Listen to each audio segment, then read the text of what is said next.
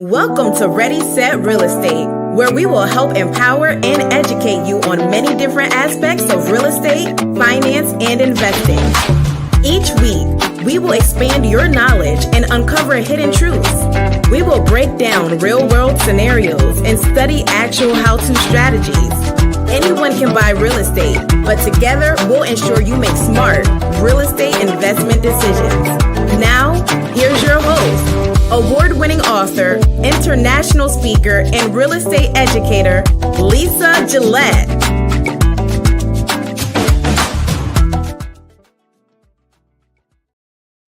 Happy Wednesday. Happy Wednesday, beautiful souls, wherever you are on this planet.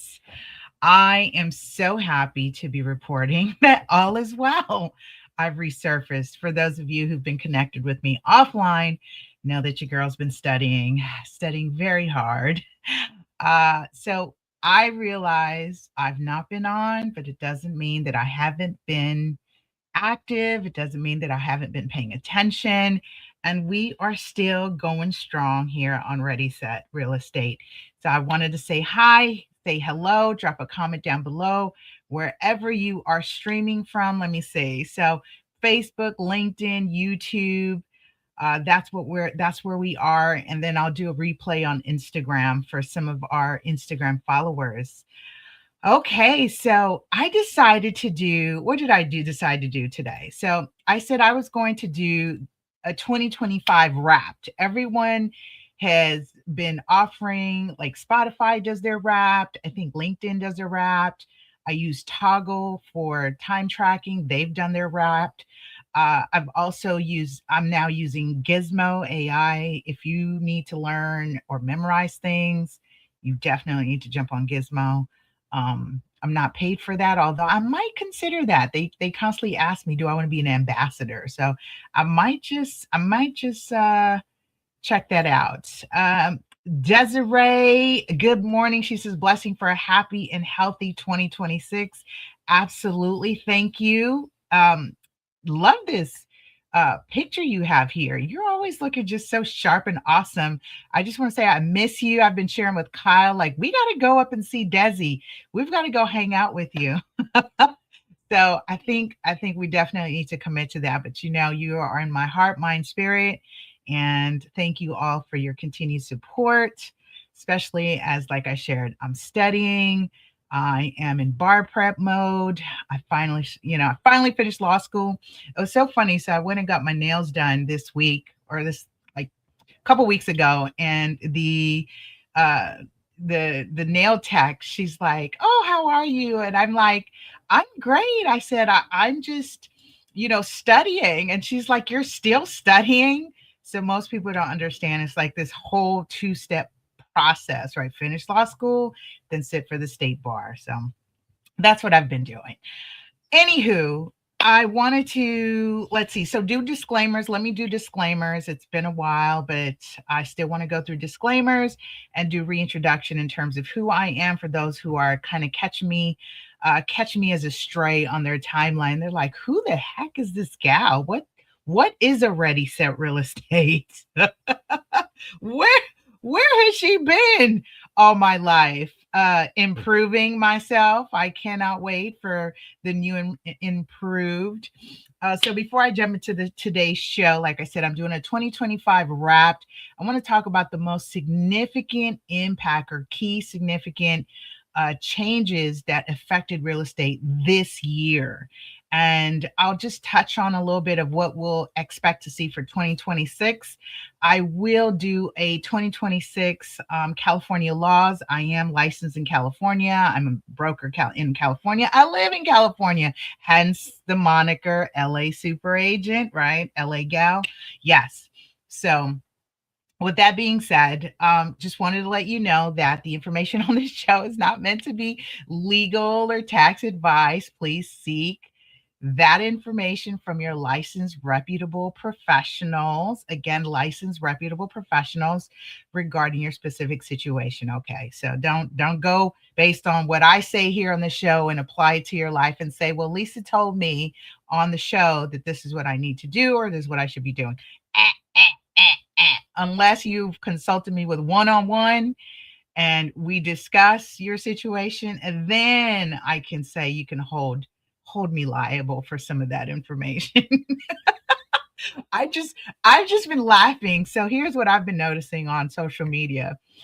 So number one, is anyone tired of AI videos yet? Like it's hard to believe what's real now. I don't know. It's frightening. This is a very frightening time. Make sure you're coaching your kids, your grandkids, the next generation on how to be discerning. This is something that we were doing in the real estate youth boot camps, was how do you discern who's for you? And now I feel like this is like a whole nother master class with AI, because AI is, it looks so real and it's frightening, especially as we are all relying. I think a good part of people are relying on social media for information, which is all the more reason I am advocating for, making sure we have good, clean content. I get hit up every day, by the way, every week, every day, for new show guests, people wanting to be on the show. But this is like my baby, y'all. You guys know this, because I've built a relationship here and I've built a rapport here, that what I share with you is because I'm living it, right? I've researched it. I've done my due diligence before I get on here and open my mouth.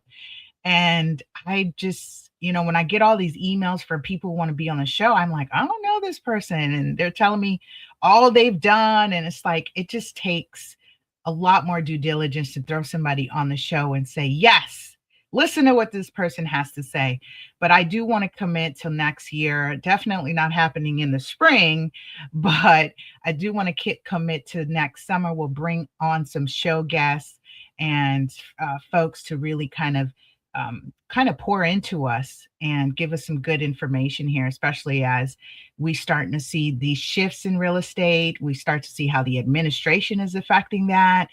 Social media is affecting that.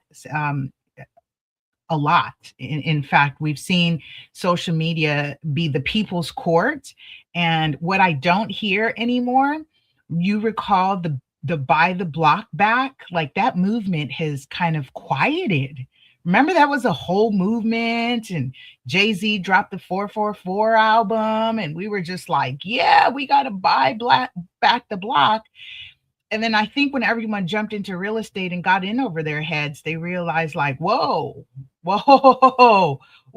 this mortgage thing is like real. Oh, these property taxes thing is like real, like for real, for real. So I don't see that anymore. What I was noticing is I don't see a lot of the real estate investors, everyone, sign up to my course and my boot camp and my bus ride and all that has quieted down. So it's really interesting that when it's good, right? So for those of you who've been in this for some time, notice when it's good, right? Everyone's like, yeah, real estate. And when it's bad, as it is like right now, depending what side of the market, and that's completely a coached response and a trained response. You say to me, hey, Lisa, how's the market? And I would say to you, well, that depends. Are you a buyer, an investor, or a seller? Because it truly does. It depends on your position as to whether it's good or it's bad. So with that being said, these are some things I've been watching in social media, especially as folks that kind of skyrocketed and took a lot of y'all money. Yeah, they took some folks' money, and people have, lost money buying into courses and boot camps and bus rides and webinars and all that other stuff. So my heart goes out to you, because I know real estate is one of those things that it's an ism. It impacts every day of our life. It's where we grocery shop. It's where we send our children to school. It's the infrastructure. It's where we go to work in our office buildings. It's where we grow our foods and farmland and agriculture. So in a nutshell, we're talking about the agricultural, industrial, commercial, residential, you get it, manufacturing. it transcends all isms, and I'm repeating myself here, but it's more of a soft reminder for those of you who have been following, or for those of you who are new to this. Don't despair, don't give up. If real estate is still a goal, if it's still to build, I'm in there with you. I'm in the trenches just like you are. I've got big plans and dreams, and I don't know if it's Zig Ziglar. If I help enough people get what they want, I get what I want. And that's something that I live by. And if you find that quote somewhere, let me know who am I quoting. I'm not sure if it's Zig Ziglar, but I know it's, if I believe and I help, if I help enough people get what they want, I get what I want. And that's how I live my life. So aside from the fact that I love it, I'm service at heart. This is my ministry. I like to say, Ready Set Real Estate is my ministry here, and this is what I love to do. So much so, like I said, I went to law school, and I'm pursuing becoming a real estate attorney and an estate planning attorney. Add all of that to my CV and my profession, so that I can expand and share that to my tribe. So that's the long spiel of things. But I've got a slide here for us. So let's get into it. I'm not going to give you let me see. Well, I am. Let me not cut corners. It's been a while, but let me not cut corners. So let me give credit where credit is due. Shameless plug. We'll be right back after our sponsor break. All right. So let's get into that, and then stay tuned. Let somebody know we're on, and we're going to talk about 2025 trends, impact, innovations that impacted real estate. And we'll come back and we'll wrap it up shortly. All right. Hold tight. We know how challenging it can be to try and sell a home while also dealing with other financial and legal matters. We're here to help. Devenio Estates is the real estate firm you need to make sure your unique situation is handled as quickly and efficiently as possible. Our team of professionals has a combined experience of over 30 years in real estate, construction, and finance industries. As active professionals in the industry, we know the importance of timelines and pride ourselves in providing superior service without compromising integrity. We use industry software and copyrighted proposals so that our real estate agents submit accurate and complete listing information and buyer offers. Our goal is to exceed your expectations and set Devenio Estates as the go-to real estate firm for excellence in advocacy and superior services for our clients. Contact us today to learn more about our services. Awesome. Shameless plug there. Let me see, which view do I like better? Do I like to be in the corner here? I think I like to be in the corner here, especially because I get to see things a little bit more better on the screen. Great. So let's jump into number one that I want to talk about is interest rates. Interest rates. Yes, interest rates. So this year was, if you were a buyer, oh my goodness, boy, you were needed. You are needed. If you were a buyer in this market, oh my goodness, were you able to take advantage of the spanking rates have been doing on pricing? So finally, we are starting to see a bit of this inverse relationship between price and interest rates. So what we saw, and I'm quoting here, mid-year rate cuts reignited market momentum and revitalized investor confidence in the economy. Not just in investors, but our buyers that have been on the sidelines. And you all have heard me say this before. All the buyers sit on the sideline at the same time. And for those brave souls that jump in the game and say, you know what? I'm going to jump in. I'm not going to lead with what everyone else is doing. I'm going to jump in. I'm going to take a bite out of this rate, and I'm going to hold on for dear life. And I'm not saying do it when it doesn't make economic sense. We like to advise, especially our team, our lenders, our partners, escrow, everyone that's collectively on our team and is looking out for you. We'll say, do it when it makes financial sense for you. Not what's trending, not whatever the social media people's court says to do. It says social media, everyone on social media says, do it now. No, don't do that. Don't do that. Please stop doing that. If you're doing any resolutions for 2026, let's not follow social media trends. Let's not rely on that as being your advisor, especially with now the creation of AI. Like, we're the real people out here. Anywho, as you can see, I'm a little bit I'm over it. I'm over the social media AI advisors that is dangerously giving out advice to some folks who are not doing the work, right, and not doing the research.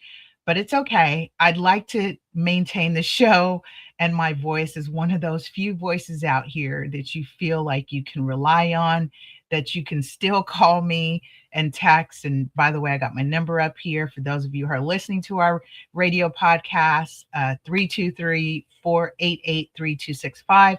You can phone, you can text, 323-488-3265. Okay. So what we did see is essentially that the interest rate fluctuations this year were marked by significant, they were marked by some significant fluctuations in interest rates, which had far-reaching effects on both buyers and sellers.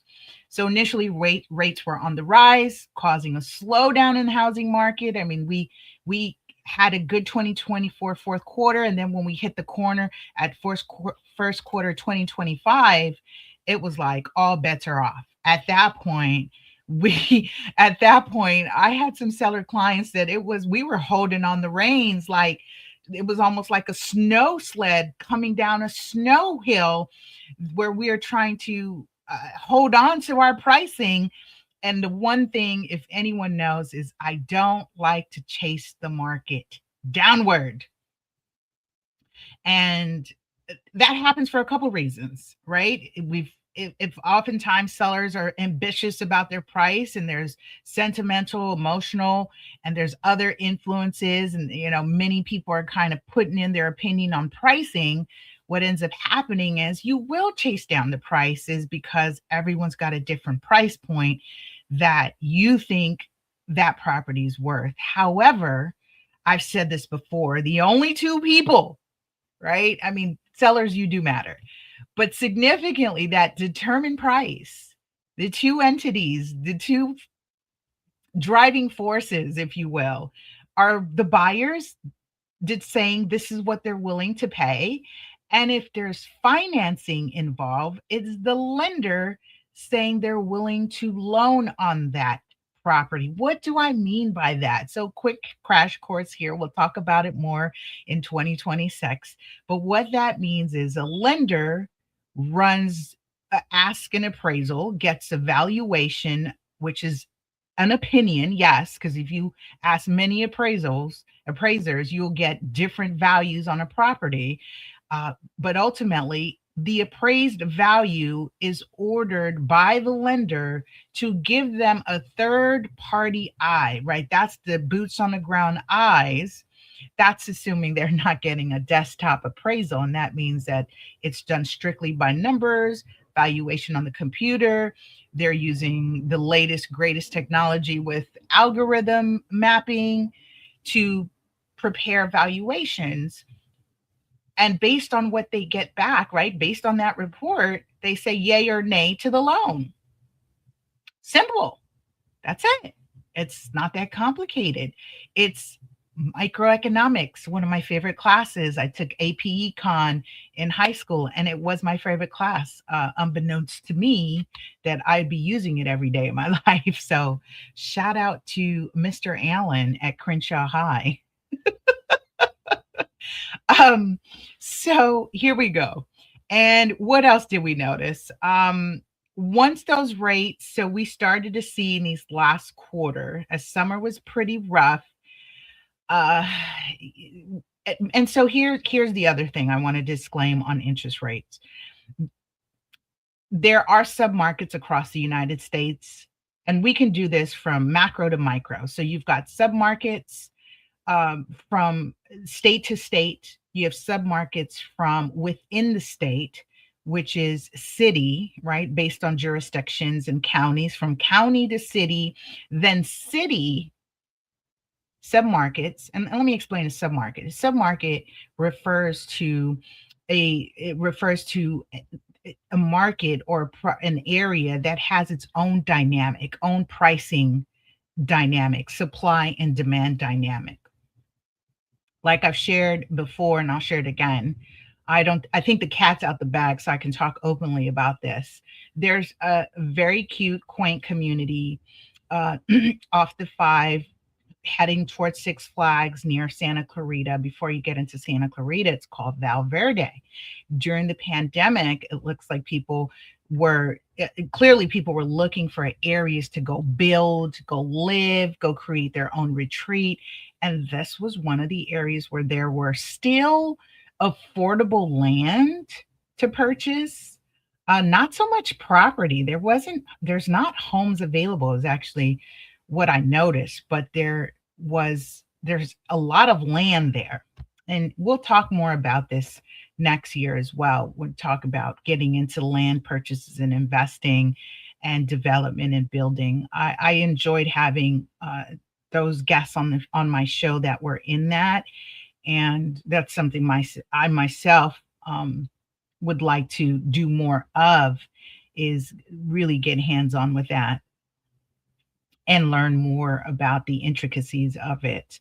And it varies depending where you're building, of course. I imagine the topography, all that matters. Anyway, I'm going off on a tangent. Very quaint, small community. So I'm talking about submarkets. Valverde was one of those, or is one of those submarkets. So while we did see interest rates kind of give a spanking to some of the larger, urban areas, metro cities, very hard to get in, we did start to see those submarkets, like the suburbs, and I'm getting ahead of myself, but this was also one of the significant key changes that we saw for 2025, is there still are people that are able to work remotely that allowed them to move away from the office. So I'll come back to that. So with that, with this decrease in rates, we did see, renewed activity, an increase in property transactions, which was for the better. And I know a lot of you were relieved to see finally, movement happening.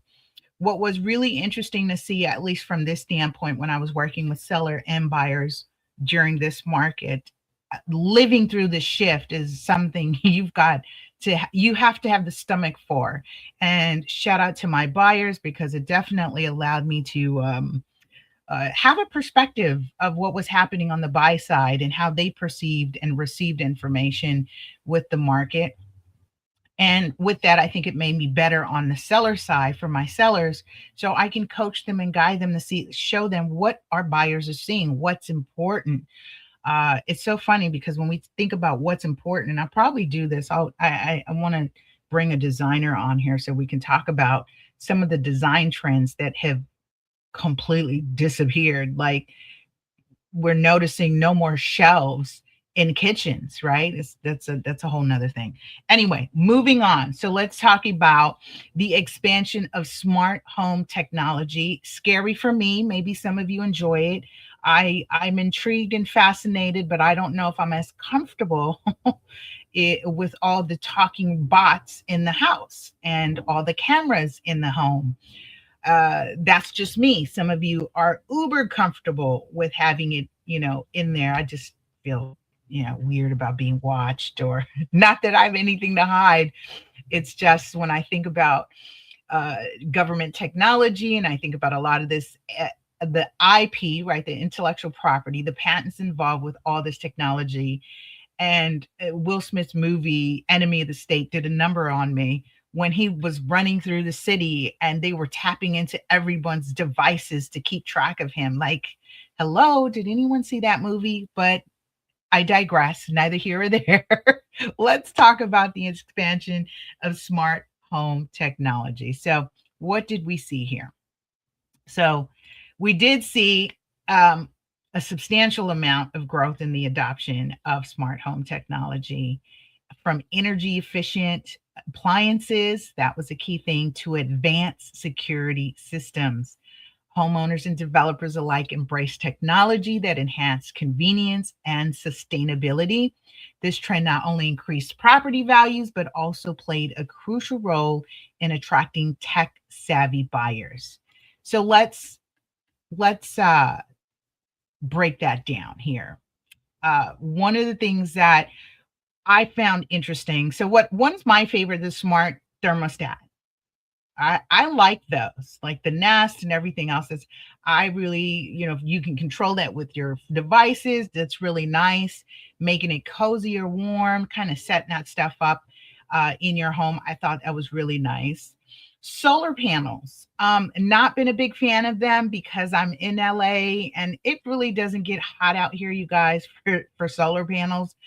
If you're out of area, I get it, like solar panels. One of the things, and some people are going to really be upset about me for saying this, and I've said it before, solar panels has not quite translated to the savings that policy suggested.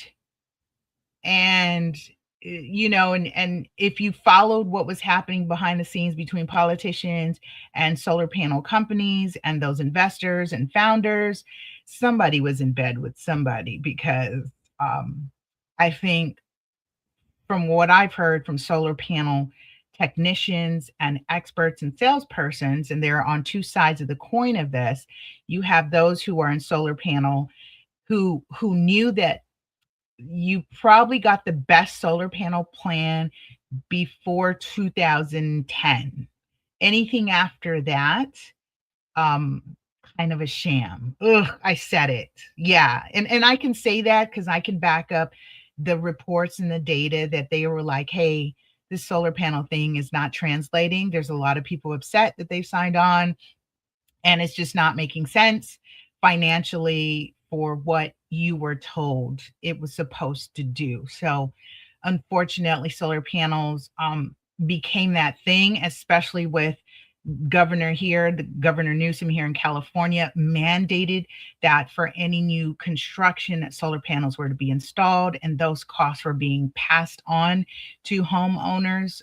So not so much fun and exciting that you've had to bear the burden of the cost of that. Solar panels on this end, I still want to say that those PACE liens and those hero liens. So now the way we deal with it contractually is it's negotiable on assumption of the solar panels. The solar panel company is like, we don't have a dog in this fight. It's ours until you pay it off, and when you pay it off, you can either keep it or we can come and pick up the panel, which is mind-boggling to me. So with solar panels and negotiating that in contracts for existing solar panels, it's one of those things where you negotiate it, that it be paid off at the sale, or you're assuming it, and depending how much equity is left in the property, that can be a deal breaker and may require the buyer to assume it. And then depending on how much the buyer can qualify for, assuming the cost of the solar panel can also be a deal breaker. So some of the nuances and the pain points that we've had to deal with still with solar panels in 2025, don't see that being alleviated, especially because case law or courts have not decided, they've not jumped in and involved themselves with mandating that, he who bought it and put it on should be responsible for paying it and taking off. No, they're not backing you on this one. Voice assistance, so streamlining tasks and enhances home automation experiences. Very cool thing to hear.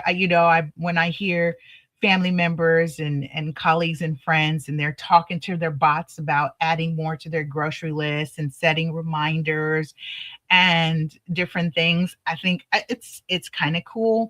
I probably don't use it as much as I could, because I'm still old school. So I'm like old school, a little bit of new school and old school in me. I pick and choose. I cautiously move with technology. I'm not quick to adopt right away. And I may have missed out an opportunity, but I kind of like to see the effects of things, like, let's see what happens with that. And like I said, I've may missed tons of boats and opportunities in thinking and moving at that speed. But that's just me. That's just me. I think I'm learning lately. I'm learning more that I live a little bit more cautiously than I thought, especially being like a Sagittarius who loves adventure and variety and risk. And I'm not that risque as I thought I was. I like stability and security. Okay. Urban to suburban migration, number 3 on what we noticed happened in 2025 was, yes, the urban and suburban migration. So I just want to, we saw the shift in housing demand dynamics. The migration from urban areas to suburbs is driven by remote work and the need for more space. So here's what we'll see. Hey, Anna. Anna Tutz says, Happy New Year, Lisa. Good to see you. Happy New Year to Anna. Continued blessings with 2026, more productivity, more closings, more health and wealth, and staying strong and leading the pack strong in 2026. I'm here for it. So yes, we did see this trend continue from the pandemic, and we still see folks. So here's what I think the pandemic did was really wake us up and show us that we weren't stuck where we are. Some people are, right? Based on familial circumstances that's involves relationships that binds them to housing. Whereas if you're a person that can kind of move and say, and I saw this from a lot of you guys that were reaching out and asking me like, hey, I have an opportunity to go out of state and, the property, this, that, and a third. And I'm like, yeah, go do that. Like, don't feel like you're stuck here. Shout out to those of you who bought property in our neighboring states of Nevada, Arizona, who's gone out to the South, Atlanta, Georgia. Shout out to those of you who are like, yeah, let me go out and see what's happening in Alabama. Yes, you have access to the entire United States. Like that's the immunities and privileges clause of the Constitution is your right to travel and pick up and go and be treated equally as a non-resident as you establish yourself to be a resident in the other state. Can you see I'm learning something? I'm learning something, huh? I'm learning something. Yes, it's working. But that's exactly what we're talking about. Your right to migration and move is a constitutional right. Go figure. It is one of the amendments and clauses. So with that, we did see folks pick up and go. They're like, yeah, let's do this. I'm moving on. So kudos to those of you who did move on and you're establishing yourselves. With California, what I was reading on some of the headlines, the information was that California, we lost just as many people that we gained, like with a few points short. So a lot of people have left California, but then a lot of people still came into California. I think being a safe haven state, I'm wondering if they're counting those folks. But we did see a lot of folks say, not happy with the taxes here, not happy with housing affordability here, not happy, period, right? Not happy. And you all are starting to see this if you're in inner city, like myself. The greater LA area is you're starting to see not so nice things. We have still a rising, growing challenge with the unhoused. I see, and I'll talk about this in 2026. We're starting to see there's a lawsuit right now with the mayor's office and the advocates for the RV residents. Those who live in the RV are suing because the Governor Newsom signed into legislation to take effect that for the county and the organization that is the advocate for the RV, the county has given permission to dismantle the RVs that are parked along the streets for safe health reasons, for those that are not working and operating, to dismantle them. And so the mayor's office is pushing through, I would say, yellow or red tape, so that they can and so they can adopt the right to do that, right, to legally do that.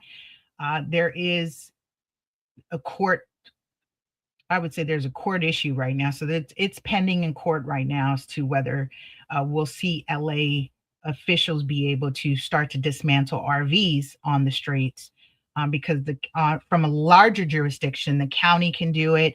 But the argument is that the language in the legislation does not give the right to the cities to do it. It says the city may adopt the legislation. They're not saying that they must adopt the legislation. And so that language, as you know, right, language is important, where the commas are, where the periods are. When you write legislation and you're using conjunctions and you're using these operative languages of may, must, should, will, it all matters. And those are the loopholes that we see being tied up in court right now. So if you ever were wondering, what are they challenging on immigration? What are they challenging about constitutional rights?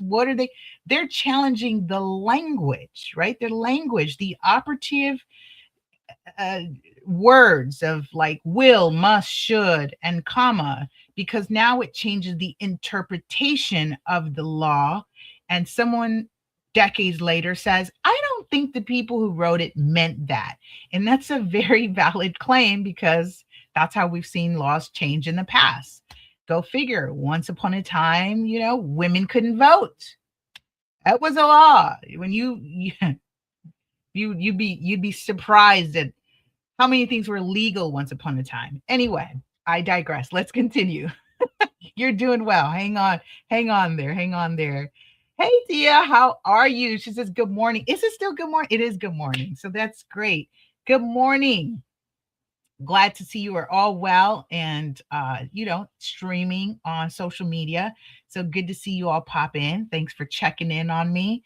I'm still here. So like I said, I wanted to come in because I haven't been on, but it's because I've been head down. I've been working, keeping my head in the books, for the greater plan, right? For this grand plan that I've got going, because I've got some really cool things that I'm working on, but it requires me to level up my skill set and level up myself professionally so I can step into that. So I'm excited. I'm super excited because I'm almost there. So, woo, we're home free. I'm home free, almost.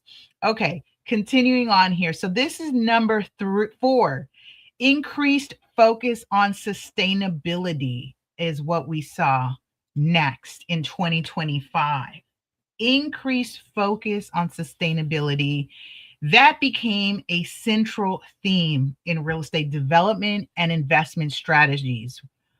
So yes, and shout out to those of you who've been talking about green building efficiency way back when. I remember some of you reached out to me like, oh my goodness, how long ago was that? So we were doing the books and boot camps in 2015. So 10 years ago, you were leading this trend and you were leading the way with eco-friendly materials. Eco-friendly gained popularity. And I think that's just, again, what we're seeing generationally is being more health conscientious, being more conscientious about our environment. Earth, this planet Earth. No, I joke. This planet Earth. I used to say that to my kids. Earth. This planet Earth is this is a great big piece of real estate, right? And this is why I'm going to pause here. This is why I do this show, is to expand the mindset of how we perceive, think, and conceptualize real estate, space, right? The cloud is one big piece of real estate. We're all subscribing to real estate that Google owns and Apple, and they've managed to call it the cloud. The cloud is not somewhere up in the sky, but it's on these major servers that I haven't had a chance to watch this documentary in full, but I have a great concern about what we are doing as it relates to storing data in the cloud and watching these servers in these uh, out of area, rural areas destroy the land around them with those plants, the technology required to maintain our cloud usage is something I think is going to gain a lot more attention in the near future, because right now we're not paying attention to the effect and impact of the things that we are doing as excitedly as we are excitedly adopting the technology. I wasn't excited about having to or being forced to adopt AI with my Google plan. I've got a Google business plan, Google Workspace, and I don't use, I'm not using Gemini. I'm not like prompting it to give me stuff. And so I'm like, why should I have to pay for this? But I'm being forced to pay for it because I'm being ushered into moving into this AI trend. And as we continue this AI race war, right?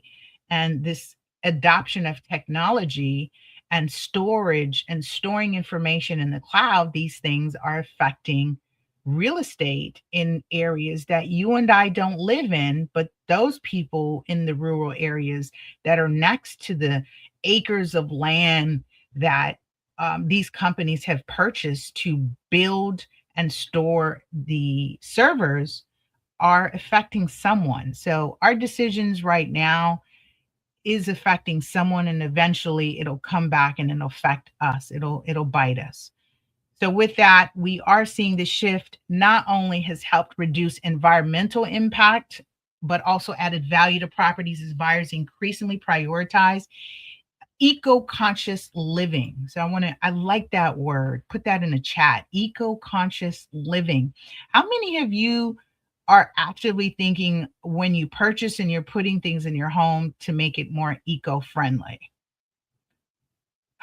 How many people? How many of you? Like there's been a demand for eco-friendly materials. So it's good.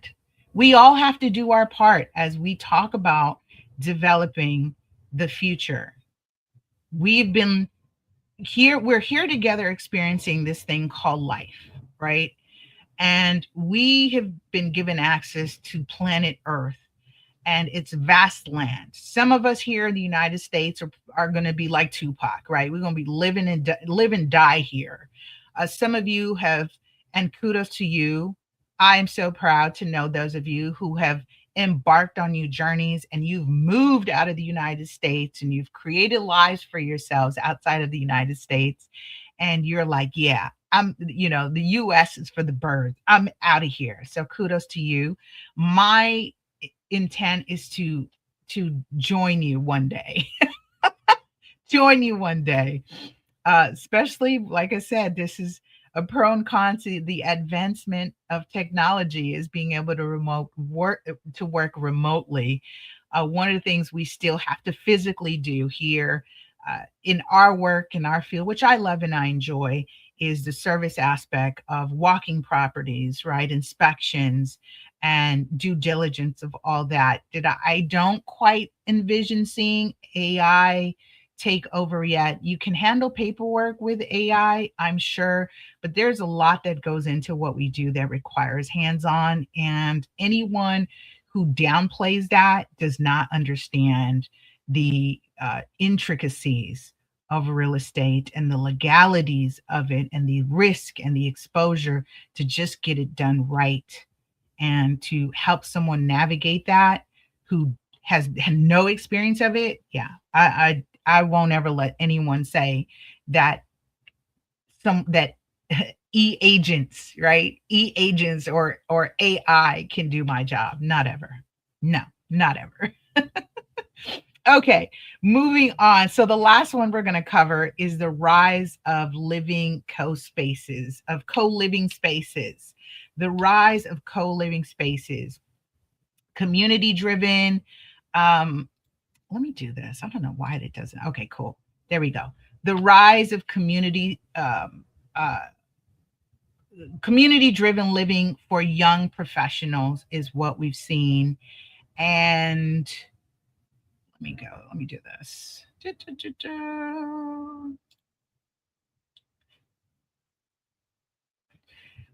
So, community driven living for young professionals. And we've seen co-living spaces have gained popularity and attraction as a popular alternative to traditional housing, which is not a bad thing, right? It's not a bad thing as long as you can live together, because it's not about exhausting your resources. You know, one thing that I've learned, there's a couple of documentaries that was talking about this, was the importance for seniors, so grandparents, and living with the next generation. It extends their life. Um, I have to totally qualify that statement, and that's not. I'm not. It's not something to laugh about, because unfortunately, I've had to step in where the next generation has taken over that senior grandparents' housing and has completely destroyed their living situation or made it worse, and is not necessarily helping in the cohabitation. So I got to qualify that statement when I say it extends their life, because it depends on the individuals. Of course, if you get some folks moving in with you and running amok and causing disorder and not maintaining the property, that definitely lessens your life, because you're no longer in an environment that's conducive to your health. So, with that being said, that was like a big asterisk when we talk about the rise of co-living. But essentially, this reflects this changing, this changing lifestyle preference, and it's for economic considerations. Meaning, one, folks are either restarting careers, they're starting careers, so they're starting new careers, restarting careers, going through life, right? Divorce, death, sickness. A lot of things that I say trigger real estate need is marriage, divorce, new baby, death, and job relocation. So those will absolutely impact this rising trend, if you will, for lack of a better word, this behavior we're starting to see with more people co-living, and make it make sense, right? Make it make financial sense for you and the household. Um, and some people have been doing it for a long time with community living, co-living, is we all pull our resources in, and one by one, it's a ladder up, right? Whether it's for the next person to finish school and get a college degree, and the next person to start their business, the next person to buy another property so that we can do this again. And all that's important into the sustainability of the family economics. Family economics first, before we start practicing group economics, is adjusting, supporting that dynamic. I say, I'm no good to anyone else if I don't help my family first, right? If I'm focusing on my family, my children, and I'm pouring into them, they in turn will pour into their tribe, into their community. Ultimately, we are improving and pouring into our cities, into our counties, into our states, and so forth and so on, right? I might be naive in thinking that that's the way it should work, but hey, you do what works for you, I'll do what works for me, kind of sort of thing. Exactly. So that's what we've seen happen, is the rise of co-living reflects changing lifestyle preferences, and economic considerations, making it a notable trend in this 2025 real estate landscape. All right. With that being said, I'm going to wrap up here. You've all been great. Oh, nope. You've all been great. This is what we've been seeing happening for 2025. I imagine you're going to see what 2026, like I said, 2025, we knew 2025 was going to be a little bit painful. For those of you who've spoken with me about whether you should sell or buy, I did say that 2025 was going to come back with a vengeance, and it snatched a lot of the equity, right? The ghost money, if you will. The phantom money is what it was called. It snatched a lot of that phantom equity that people gained during the pandemic is what we saw happen in 2025. That equity was snatched right from under you. And you did nothing in the pandemic to gain all that equity. And in 2025, you did nothing to lose it. And that is the boom and bust of the real estate cycle. And it's not designed or meant for the faint of heart. Real estate is a long game. It's a long game. It's not a pair of shoes. It's not an outfit that you get to try on and return. Although I've had some people try to do that only to realize that they were going to take a huge loss, including having to pay a capital gains, having to pay the tax on that, right? Which is wise. You got to hold the property for at least 2 years to avoid being hit with that tax. All right. With that being said, you all have been fantastic. I trust you will have a safe end of 2025, excuse me. I will see you next year. I'll see you next year. Have a powerful, productive week. I love you. Thank you for your continued support, and we'll see you next time. Take care. Thank you for listening to the Ready, Set Real Estate Podcast with Lisa Gillett, the LA Super Agent. Please like, subscribe, and share LA